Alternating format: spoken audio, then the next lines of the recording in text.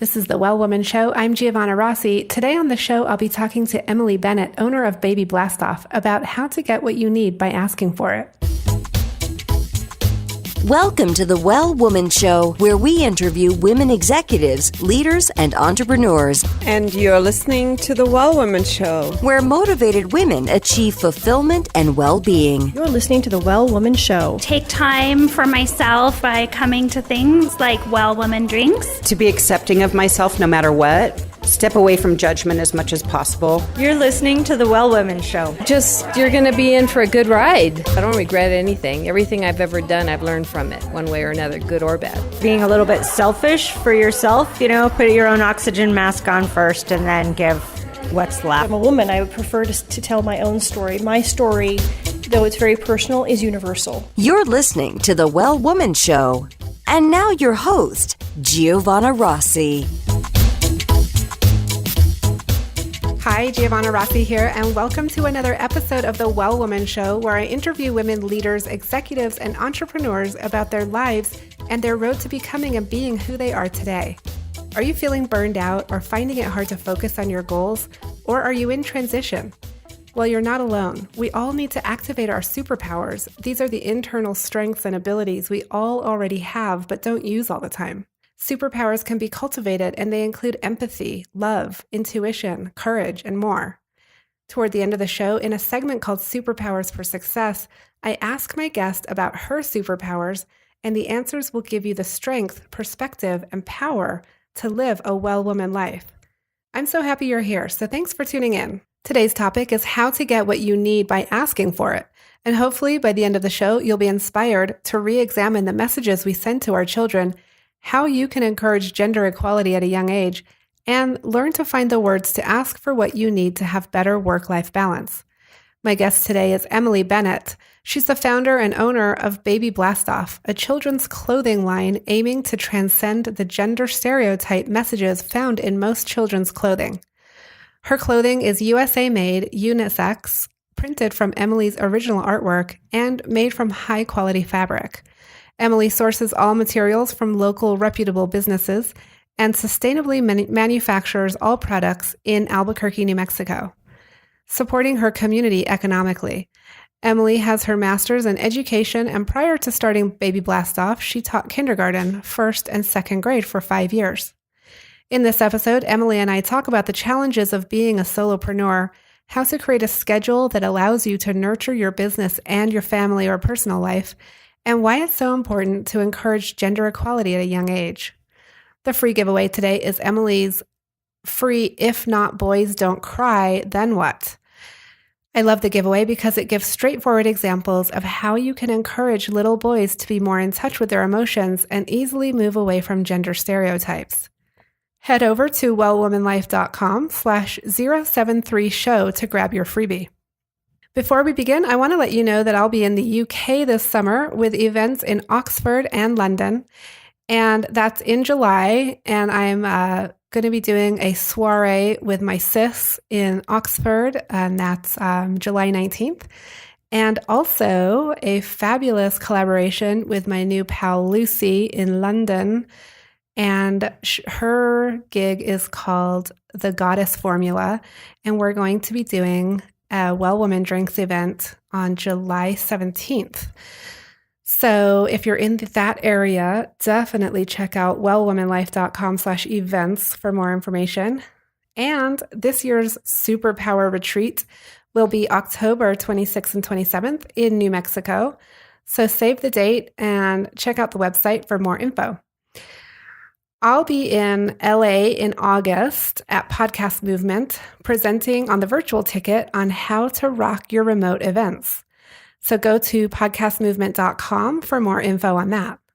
You can also join the conversation in the Well Woman Life community group at wellwomanlife.com/Facebook. Now, before I bring on my guest, as always, this episode is brought to you by Well Woman Life, a global community of women living our best lives.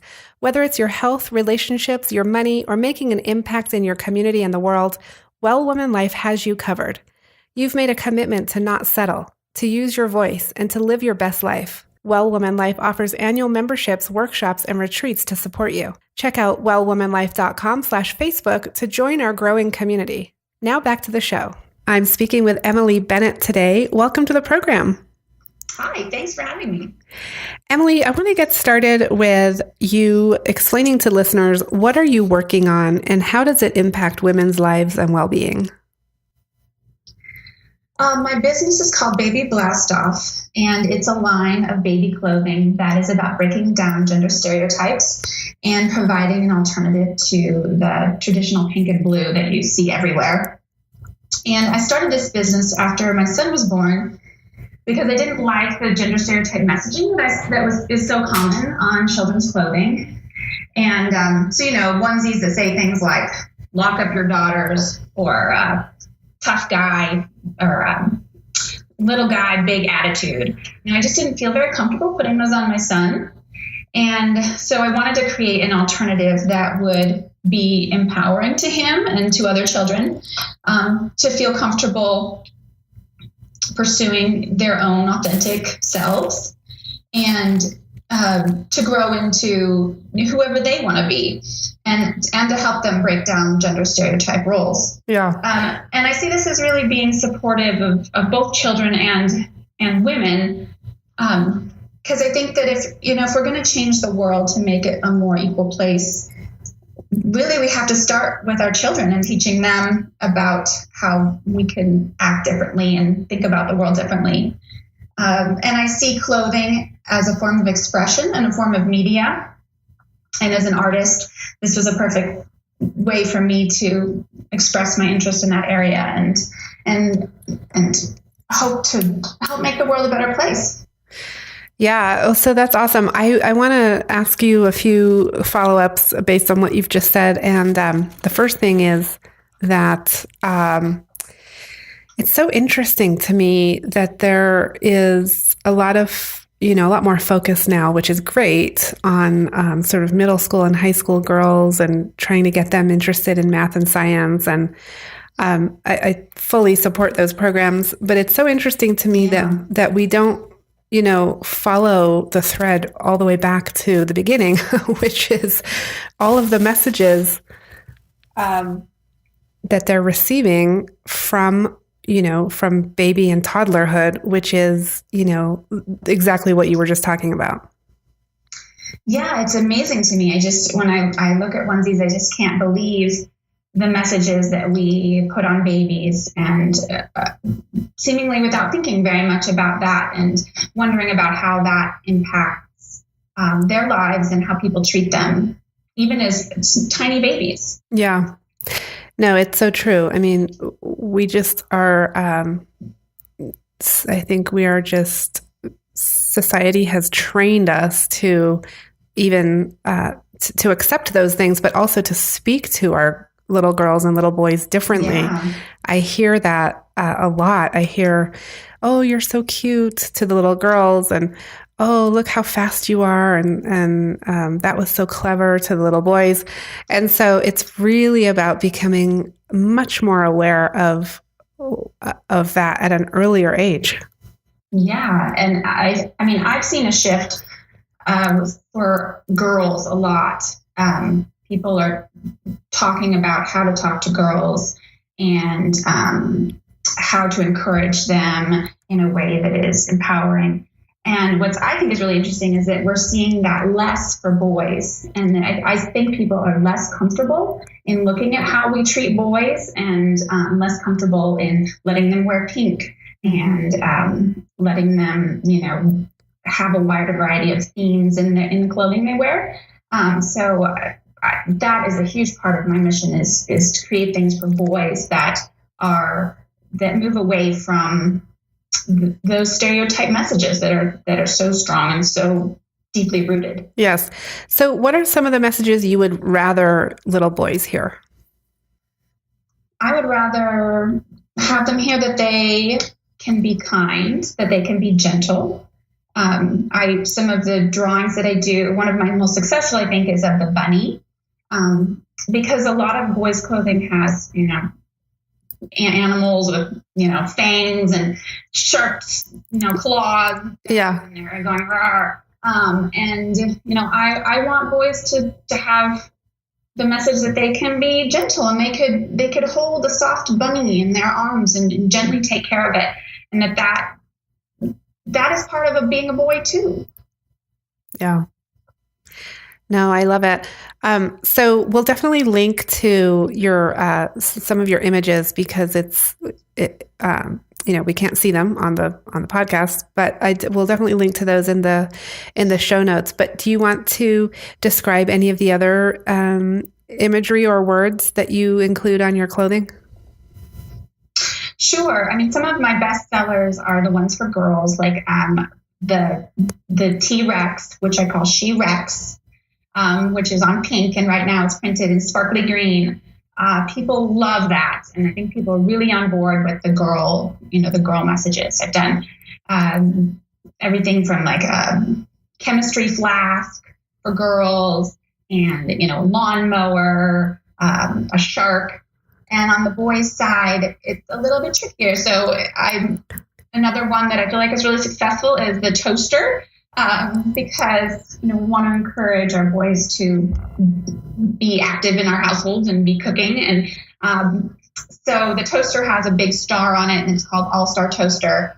And it plays with the idea, but I think people are more comfortable with it because it doesn't go too far. And so that's a place where I'm working to play around with that and push a little bit, push us all a little bit into our discomfort, but not too far, so that the message is lost. Right. So Emily, your business is a few years old. You've had incredible success so far. Can you talk about the journey and, first of all, summarize sort of where you are in your business? Like, you're nationally distributing, right? Can you talk a little bit more about that? Sure. I started just screen printing in my converted garage and selling things to my friends, and then there have been lots of twists and turns.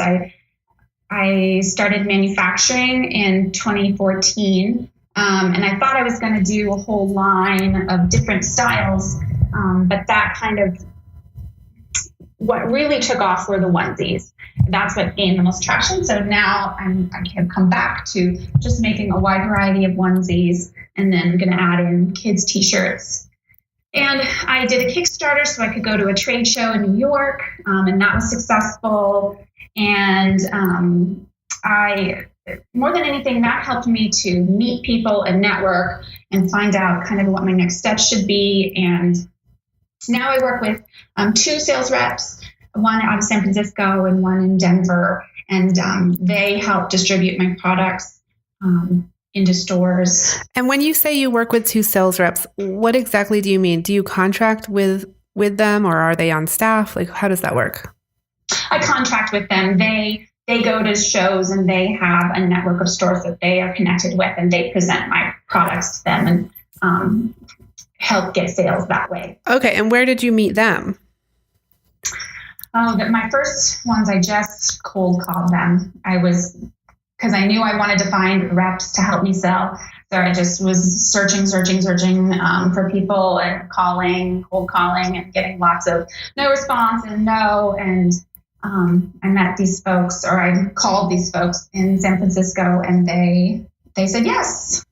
That's great. I think it's so important to share these nuts and bolts of how these partnerships and contracts actually happen, because women out there listening who are just like you and me, entrepreneurs, or they're in a career and and they're working on a side business, or they're thinking about a project. It's really great to hear from folks who have done it or are doing it, and exactly how these steps are taken. It's so useful.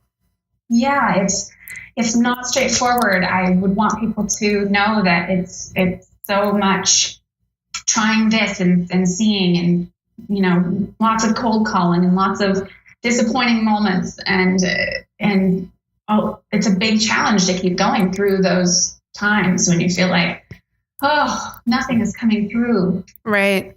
And so, so I interrupted you. So you got a couple sales reps, and then do you want to continue? Oh, from there they've been selling, and it's slowly growing. It hasn't been a huge kind of thing, but I feel like I'm working on it, honing the message, and it's continuing to grow, and that's where I am today. There's lots of potential, but it's certainly not, quote, there yet. Right. By any means. Yeah, it's a constant journey, right? So which are you in actual stores? Like, do you have shelf space? Like, how are you selling your stuff? Yeah, I sell wholesale to stores, boutiques. For example, in Seattle, you could go to the store and see my onesies on their, hangers in that store. In places in San Francisco and LA. I also sell online, and I sell locally in Albuquerque at the farmers market, which is also fabulous. Oh, great. Okay. And so, yeah, you were talking just a minute ago about the process and just how important it is to stick with the journey. And even when it's feeling like nothing is happening, you're hitting a wall. What is it that helps you keep going in those moments? It helps me to keep going, to find something to do, some reason to hope, I guess. So taking action.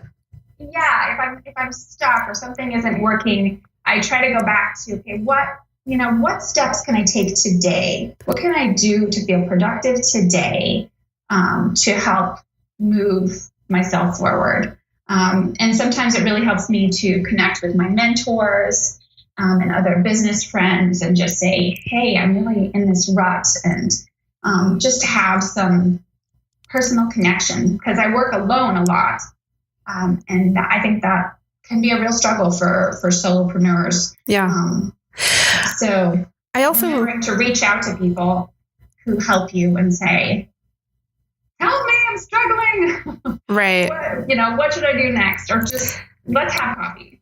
But in order to do that requires some vulnerability, right? Some sort of letting your guard down and saying, I need help. This isn't going well. And I think that's hard for women who are wanting to show that they are successful and wanting to be successful. So has that been a challenge? Absolutely. You have to open yourself up and be raw and, let people say what they're going to say. It's a huge risk, and the payoff to letting people in, I think, is tremendous and well worth it. Yeah, definitely. Well, Emily, can you describe a time in your own life when you weren't putting yourself first? Maybe you weren't taking care of yourself the way you probably now know you need to in order to do all of this. You're a mom, you're an entrepreneur. Mm-hmm. Can you talk about that? Sure. I juggle a lot of things, as we do as women and moms, and getting my kids signed up for classes and picking them up and making lunches and all the things that we do. And so it's really hard sometimes to carve out time just to work on my business. And at the beginning of this year, I was feeling in my guts, that sort of resentful feeling, like, oh, I just don't have enough time to do what I want to do.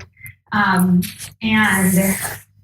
it took some courage for me to talk with my family and say, I needed more time. And so we worked out for my daughter to actually go to preschool more. And she started doing that, and that opened up for me a lot of space, and that feeling of resentment kind of melted away. And so it was really scary to kind of admit that was going on with me. But once I did, it really helped me to loosen and to get what I needed and take care of myself. Yeah, and I know that kind of conversation because I've had it. It is hard because on the one hand, you want to be a 100 plus percent for your kids, and there's always that question of, is this right for my kids? Is this what we need to be doing? And on the other hand, it's if we don't do this, I can't pursue my business, or I can't go to the next level or whatever it is. So was that a difficult transition? Yeah, I think I struggle with it all the time. What is best for my kids? What, could I be doing more? I think as women, we have a lot of pressure from society, and we put on ourselves too, to be, super mom and be super entrepreneur and, do all the things and exercise every single day. I don't have any answers. It's a constant struggle. Yeah. I wanted to ask you also, you talk about gender stereotypes with children, of course, that you're addressing in your business with your clothing line. Have you experienced gender stereotypes in business, and how has that been, and how have you overcome that? Yeah, as a woman business person, I just feel more comfortable when I'm working with other women, and I do my best to surround myself with other women entrepreneurs because other women get it. They get what you're going through as a mom, and there was on the news that gentleman who was interviewed for the BBC or something, and then like his kids came in the background, Skype thing. Like, that is my life. I know. And other women, when they hear your kid go, "Mom, I need a snack," it feels less like a bad thing. It feels like they get it. And so I don't know. I don't think I've sort of figured out how to manage that, except for trying to associate myself with women and people who support, what I'm doing, and understand that you've got lots of things going on. Yeah. Now it's time for our segment called Superpowers for Success. But first, a quick word from our sponsor. Being a well woman includes being financially healthy. Our sponsors, Lorraine L. and Kate Stalter of Better Money Decisions, are on a mission to eliminate complexity and confusion from your financial life. They replace Wall Street jargon with straightforward talk you can understand, and they create investment and retirement plans customized for your needs and your future. Download a free copy of their latest book, Don't Let Your Money Kick the Bucket Before You Do, and learn how to avoid the biggest mistakes women make when planning for retirement. Go to bettermoneyDecisions.com/wellwoman and download your free book today. I want to ask you a few quick questions. The first one is, what does success in life mean to you? A successful life to me looks like having a giant web of community, and from your family close to you to friends, and having all of these connections that enrich your life. I think a successful life would look like, wherever you go, like if you're in the airport in London, you run into somebody and have a chance to connect with them, or you walk down the street by your house and you see a neighbor and you get the chance to connect with them. I think that is success. Another part, though, I think of a successful life is having something to work on that is really meaningful, is really purposeful work, is what I wanted to say. When you have the chance to engage in purposeful work, I feel like that is happiness. Did you have to make a decision at some point when you started your business that you could only do purposeful work? Because clearly your business is purposeful. Did you have to give something else up in order to pursue this? Well, having a stable income. Yeah. And that could be a big thing. I had to give up that, and I had to give up a sense of sort of like safeness, I think. Our families and friends, I think, often want us to be safe. They want us to pursue a life that leads to, us being taken care of, which is out of love. And having to challenge that is like letting something go, like saying to the people you love, I'm stepping into the space of sort of less safeness, and can we still all be okay with that? Right. Well, and just to dig into that a little deeper, how risky was it? Because there's risk in stepping into a less safe place.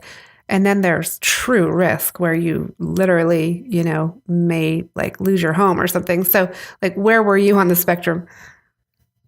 I mean, it's not super risky for me personally. But I think,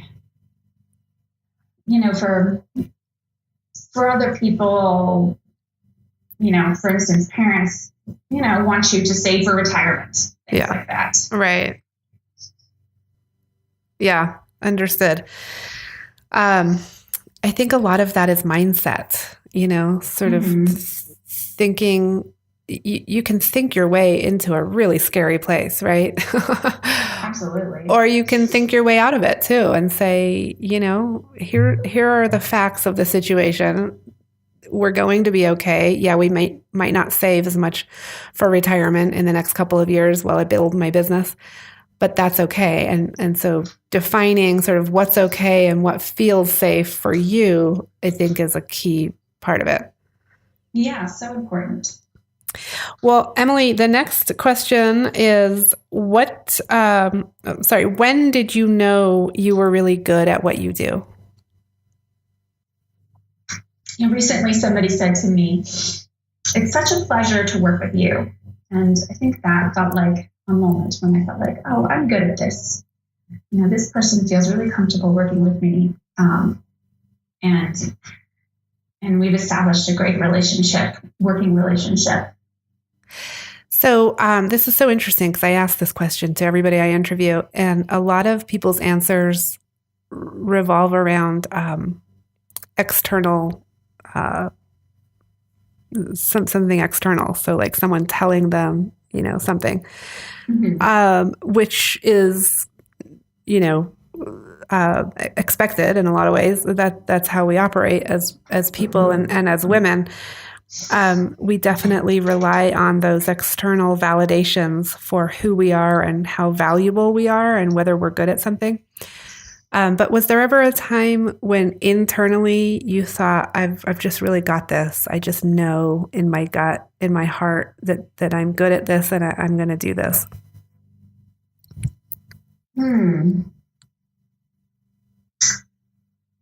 I don't know. I think it's something I struggle with every day. Yeah. Don't we all? I think I have moments of feeling that way because it's still, still really in the thick of the journey. I have moments when I'm working on a new drawing and it comes together and it looks awesome, according to me. And I feel like, wow, I am awesome. I just made an awesome drawing and I'm all by myself in this room and nobody said anything. Yeah, that's great. Okay. And then what superpower did you discover you had only to realize it was there all the time? My drawing, speaking of. Yeah. I think I, as a small child, I always loved to draw, and I told my parents I wanted to be a cartoonist when I grew up. And I kind of went another direction for a while and, thought I wasn't going to do this. And recently I've, had more of those moments like I just described, being like, wow, I'm good at this. It feels like, yeah, I am an artist, and I have been my entire life. Cool. Okay. And then can you describe a personal habit that contributes to your well-being? Sure. Well, I go to bed every night at 9. I think that helps me. I try to do, as soon as my kids are in bed, I try to start my own routine for going to sleep. I'm not a night person, and sleep is so important to my own well-being. So I really try to be in bed as soon as possible so that I can get enough shut-eye for myself. And so does that also mean that you wake up early? No. I mean, I get up with my kid to get them ready, but I'm not up at the crack of dawn either. No, I need a good solid, 8, 9 hours of sleep to be at my best. Yeah. So. Okay. And Emily, what advice would you give your younger self, say 10 or 15 years ago?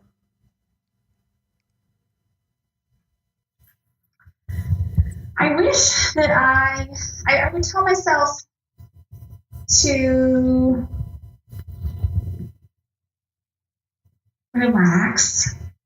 I think I would tell myself that now too. That, when you're young, when I was younger, I felt a lot of pressure to have a job that provided insurance and all the things, to really be set, quote unquote. And, I look back on that time and I think, wow, I was so free in some ways. I wasn't married. I didn't have kids yet. I could have spent so much time working on artwork. But at that time, I wasn't feeling that way because I was feeling really anxious about being settled and being okay in that way. And so I think I would tell myself to just, relax. You're going to be okay. And you have so much time now to spend exploring things. Go explore. That's great advice. And then, do you identify as a feminist, Emily? Absolutely. Okay. Do you want to say anything else?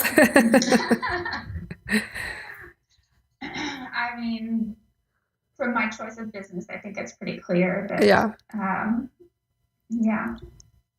Why is it so important to you that we have that feminism is strong? I think we would all benefit from a world that is more equal, not just women, but men too. And I think that I don't think that going the other direction is going to create more peace or caring in the world. Yeah. And I just want to pick up on, the conversation earlier we had about your clothing line and specifically the messages for boys. If we look at that, in the adult life, in the adult world,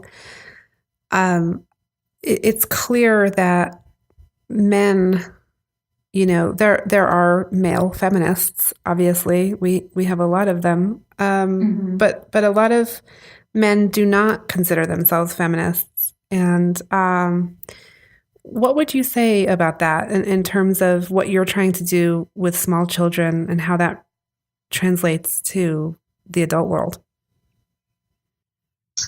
I think that it's hard to change adult minds. I think that starting with children is how we change the world, and teaching our young sons about equality and about privilege and about caring and kindness, and allowing space for them to feel their feelings and support them in doing that, and giving them words for talking about their feelings. These are all things we can do right now for our young sons that I think will translate into, grown men who may think about the world differently. Yeah. Okay, Emily, last question. What are you reading right now? What's on your nightstand? I just finished reading True Diary of a Part-Time Indian by Sherman Alexie, and it was for my book group. Such a fabulous, interesting, devastating book. Are you familiar with Sherman Alexie? Yes. Yeah, but I haven't read that book. I would really recommend it. It will make you cry and it will make you laugh. It's about a Native teen living on the Spokane reservation, and it's partly autobiographical, not entirely, for Sherman Alexie. And then this teen chooses to go to school off the reservation, and it discusses all of the challenges that come with that. And but it's just so funny. Yeah, he's pretty funny. Okay, well, we'll definitely link to that in the show notes for people who want to follow up and read what you're reading. And Emily, it's been such a pleasure speaking with you today. Thank you. That's it for our show today. Remember, if you need support to live your Well Woman life, head over to wellwomanlife.com/Facebook to join us. Our monthly live event, Well Woman Drinks, brings women together to share our successes and challenges as women, leaders, moms, aunts, sisters, and all the other roles we carry. If you'd like to attend a Well Woman Drinks near you, or if there isn't one in your city yet and you'd like to start one, email info@wellwomanlife.com. If you enjoyed the show, please take a moment and subscribe in iTunes and leave a review. This helps raise visibility, which is super helpful when it comes to producing the show every week. For feedback, comments, or just to let me know you were listening today, find me on Facebook, Twitter, and Instagram @WellWomanLife. I'm Giovanna Rossi for The Well Woman Show. Until next time, have a super powerful week.